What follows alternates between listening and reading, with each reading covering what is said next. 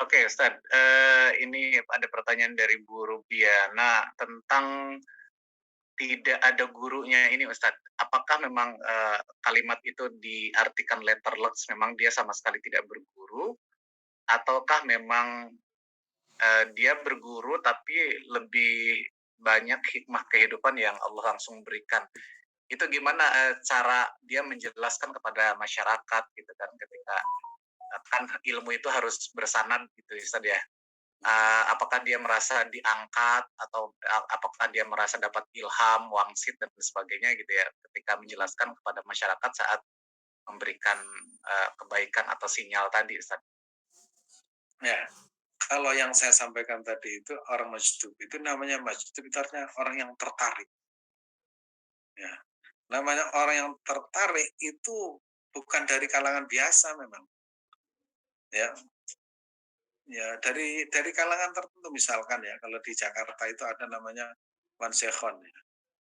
Oh, itu kan tokoh-tokoh datang, Habib Umar datang, Habib Ali Jufri datang. Padahal orangnya gitu-gitu aja. Apa kadang pakai baju polisi dicoret-coret. Itu apa coba maksudnya? Nah, mereka itu sudah punya dunia lain. Nah, dunia lain itulah yang kemudian kita tidak mengerti. Sehingga kalau kita ada di sekitar itu tidak perlu minta didoakan, maka sekitar itu sudah penuh dengan sinyal. Itu yang saya maksud. Nah, kita ini orang salikin, ya harus punya guru. Cara sholat yang baik, cara wudhu yang baik, cara sujud yang benar, ruku yang benar. Nah, kita nggak bisa komentar ya terhadap orang-orang mustubin yang seperti itu. Karena memang sudah ditarik langsung oleh Allah Subhanahu wa taala. Dan orang yang seperti itu nggak banyak dan sangat-sangat langka. Nah, kalau ada yang pura-pura itu namanya ya pura-pura misalkan begini. Ada orang yang rambutnya misalkan gondrong sampai panjang. Nah, kemudian tiba-tiba, oh ini begini, oh itu dukun ya, dukun yang seperti itu. Karena seperti manusia itu kadang tidur-tiduran, nggak pernah ngomong, jarang sekali ngomong. Di Nganjuk itu juga ada, di Nganjuk. Orang-orang Majdub ini, ya itu cucu ataupun dari Habib Abu Bakar. Itu sepanjang tahun ngomong hanya 2 kali. Ya. Mulai kecil sampai usia kalau sekarang mungkin 60 itu hanya berbicara 2 kali. Berbicara 2 kali. Itu salah satu saudaranya cerita ke saya. Itu karena waktu itu masih kecil ya, masih kecil, tiba-tiba di warung. Di warung kemudian disiram. Warung bakso disiram apa namanya? Apa air dari apa tempat cucian itu di situ. Kemudian disiram, lari ya, karena masih kecil. Kemudian besok yang nyiram itu kedua-duanya mati. Ya takdir Allah Subhanahu wa taala. Tapi ya seperti itu.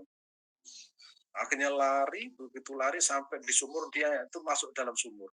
Orang tuh pada ramai semua. Ternyata sudah ada di kamarnya. Loh, yang seperti kan nggak bisa ditiru yang seperti ini. Kalau kita niru nyemplung ya benar-benar nggak ada beneran. Itu ada ya di mana saya belum pernah nggak berani malah saya ke sana itu. Karena ya itu tadi punya dunia lain. Ada 2 orang ya satu di Jawa Timur, satu di Jakarta. Ya kemana-mana nggak. Itu orang yang sudah ta'aluknya itu dengan Allah Subhanahu Wa Taala, dengan ta'aluk dengan Allah Subhanahu Wa Taala. Ada 2 yang saya tahu ada 2. Yang 2 itu sudah wafat. Yang 2 wafat. Ada 4 sebenarnya yang saya tahu itu yaitu Abu Ja'far, Kudus, kemudian cucunya Kiai Khalil Bangkalan sudah wafat. Yang 2 ini masih hidup dan satunya aslinya orang Gresik tapi tinggal di Nganjuk. Kemudian satunya itu ya di Jakarta itu. Oh, dia itu didatangi siapa saja.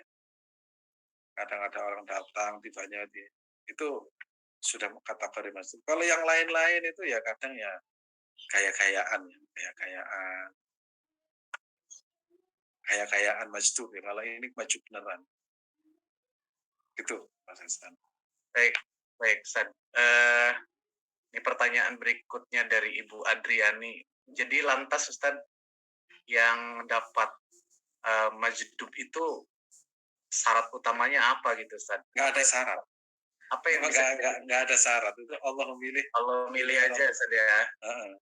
Dan langka memang. Nggak bisa, nggak ada harus begini, nggak ada. Ya. Makanya dari sekian juta itu paling 1, 2 dan itu pun disembunyikan oleh Allah SWT. Dan orangnya itu kadang nggak mengerti kalau dirinya sedang seperti itu. Iya. Makanya disebut dengan majdub. Majdub itu ditarik langsung. Majdub. Ini soalnya di wajah-wajah di Zoom ini wajah-wajah mupeng semua mau jadi majdub nih Ustaz. Kalau kita nggak usah kita yang real aja, belajar, ya, kesulitan dalam belajar, kadang mumet memikirkan belanja, ya itu proses kita yang harus kita alami dan itu proses yang real yang dicontohkan oleh baginda Nabi Muhammad SAW. Ya, kalau dimaki ya sakit hati, setelah itu minta maaf, saling memaafkan, ya gitu proses real kita. Sehingga ada rasa manis, rasa pahit, rasa sakit hati, rasa dendam, tapi kita akhirnya bisa mengalahkan itu semua. Nah, itu proses kita ini insya Allah. Ya, oke ya. Jadi Bapak Ibu, ya prosesnya tadi ya disampaikan oleh Ustaz. Tidak semua diberikan anugerah itu, yang penting jaga hati, kebersihan hati saja. Dan kita sebagai manusia yang berproses ya, tadi banyak tarbiyah, latihan-latihan yang Allah sediakan gitu ya dalam proses kehidupan kita. Ada sakit hati, lapar dan sebagainya. Oke, Ustadz, boleh bertanya yang lain. Nah, ini ada pertanyaan yang lain. Apakah di tempat pesantren Pak Ustadz ada pesantren kilat untuk anak-anak, ya, Ustadz? Karena sedang mau liburan katanya. Apakah sudah didirikan? Ini mungkin intermezzo, Ustadz. Silakan. Alhamdulillah belum. Jadi bangunan yang saya sediakan itu masih lantai 1. Ini besok hari Rabu atau minggu ini insya Allah kita mengundang masyarakat dan tokoh untuk menempati, digunakan untuk kegiatan. Selebihnya insya Allah segera ada kamar-kamar di atas dan itu memang kita sediakan. Kemarin ada yang mau mungkin di situ sudah hafal berapa 12 juz, tapi jangan dulu ya, nanti kalau sudah selesai semua bisa tinggal di situ karena belum berani memberikan tempat yang dipergunakan untuk mereka. Nanti khawatirnya kurang nyaman dan malah terganggu. Jadi kita kebut ya, pembangunannya untuk lantai 2 dan lantai 3. Baik. Dan insya Allah segera. Baik, Ustaz, pertanyaan berikutnya ini mungkin ya, 1-2 pertanyaan terakhir sebagai proses tadi, sebagai orang yang salik, yang berguru, bagaimana bergurunya ke medsos, Ustaz, dengan mendengarkan ceramah-ceramah rutin di media sosial? Mohon pencerahan, Ustaz. Itu bagus, selama yang kita dengar itu tidak menjadikan hati kita itu semakin jauh dengan Tuhan. Artinya bagaimana? Ada sebuah pengajian yang justru menjauhkan diri dari Tuhannya. Contoh, kita habis mendengar pengajian, rasa muncul kebencian terhadap sesama. Padahal Rasulullah itu mengajarkan untuk saling mencintai. Tuh. Dan yang seperti itu banyak. Terus kita sering mendengar tentang bermusuhan sesama umat Islam. Berbeda pendapat itu biasa, tapi kok yang muncul kebencian. Kalau sudah muncul kebencian tidak mau menyapa. Akhirnya setelah mendengarkan pengajian tidak rukun dengan tetangganya, tidak harmonis dengan keluarganya, kemudian melihat orang lain itu yang selalu dilihat itu sisi negatifnya, padahal ya kita itu harus melihat sisi positifnya. Malaikat saja itu kalau yang dekat dengan Allah, mereka itu yusabbihunallah. Mereka itu bertasbih. Kemudian ketika melihat manusia yang banyak berdosa, yastaghfirun. Mereka memohonkan ampun kepada Allah Subhanahu wa taala. Jadi kadang kita sering mendengarkan tapi jauh dari Allah Subhanahu wa taala. Itu harus hati-hati. Makanya kalau kita mendengarkan kemudian batin kita itu enak, batin kita nyaman dengan Allah, nyaman dengan Rasulullah, nyaman, muncul rasa kasih sayang, saling mencintai itu terpatri dalam hati, dengan anak menyayangi, dengan orang tua itu menghormati, itu berarti nilai-nilai agama muncul dan melekat pada diri kita. Itu ya, itu nilai-nilai syarat. Tapi rohani itu kan harus dituntun, nggak bisa rohani. Ya, sering saya sampaikan, kita harus punya zikir-zikirnya istiqomah, ya. Misalkan sebelum sholat membaca surat Al-Mulk, istiqomah. Apa landasannya ada. Kemudian mau tidur membaca zikir ini, bangun tidur ini. Itu dalam rangka apa? Membangun rohani kita akan senantiasa mencintai Allah Subhanahu wa taala. Nah, itu kalau bisa kita laksanakan dengan baik, benar dan istiqomah, nah itu akan melahirkan rasa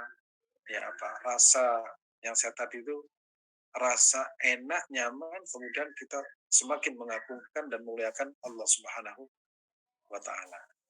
Jadi kalau di medsos itu kan kadang ya namanya uh, medsos ya, kadang itu ada yang ditambahin, kadang ada yang dikurangi, ceramah yang durasinya 10 menit kadang bisa menjadi 15 menit, yang 15 menit bisa dikurangi 7 menit, dipotong-potong. Sementara kita tidak bisa mendengarkan utuh.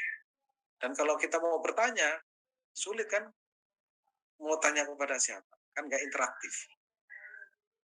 Nah, kalau kita kan bisa interaktif seperti ini, sehingga lumayan lah, lumayan lah. Makanya harus ada orang untuk tempat bertanya kita. Ya, pertanyaan terakhir Ustadz, apakah kami semua jamaah Al-Hikam bisa menyebut Ustadz Azim ini sebagai guru karena ketemunya di online? Seharusnya kan kami mengunjungi ke Malang ya Bapak Ibu.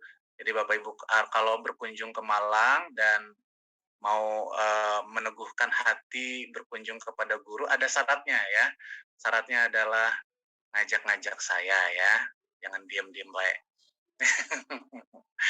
Ustadz, gimana Ustadz statusnya belajar online seperti ini? Apakah ada guru dan murid dan etika seperti ini bagaimana dalam pandangan Islam?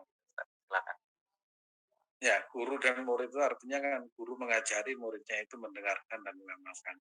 Sama, saya juga gitu kepada guru saya mendapatkan, saya mencari kepada mereka, saya mendapatkan, kemudian saya mengamalkan. Jadi apa yang saya dapatkan itu ya saya berikan kepada orang-orang yang belajar kepada saya. Jadi bukan sesuatu yang baru, berarti sama, posisinya sama. Sehingga untuk hal-hal tertentu memang harus ada pembimbing, tapi untuk ilmu secara umum pokoknya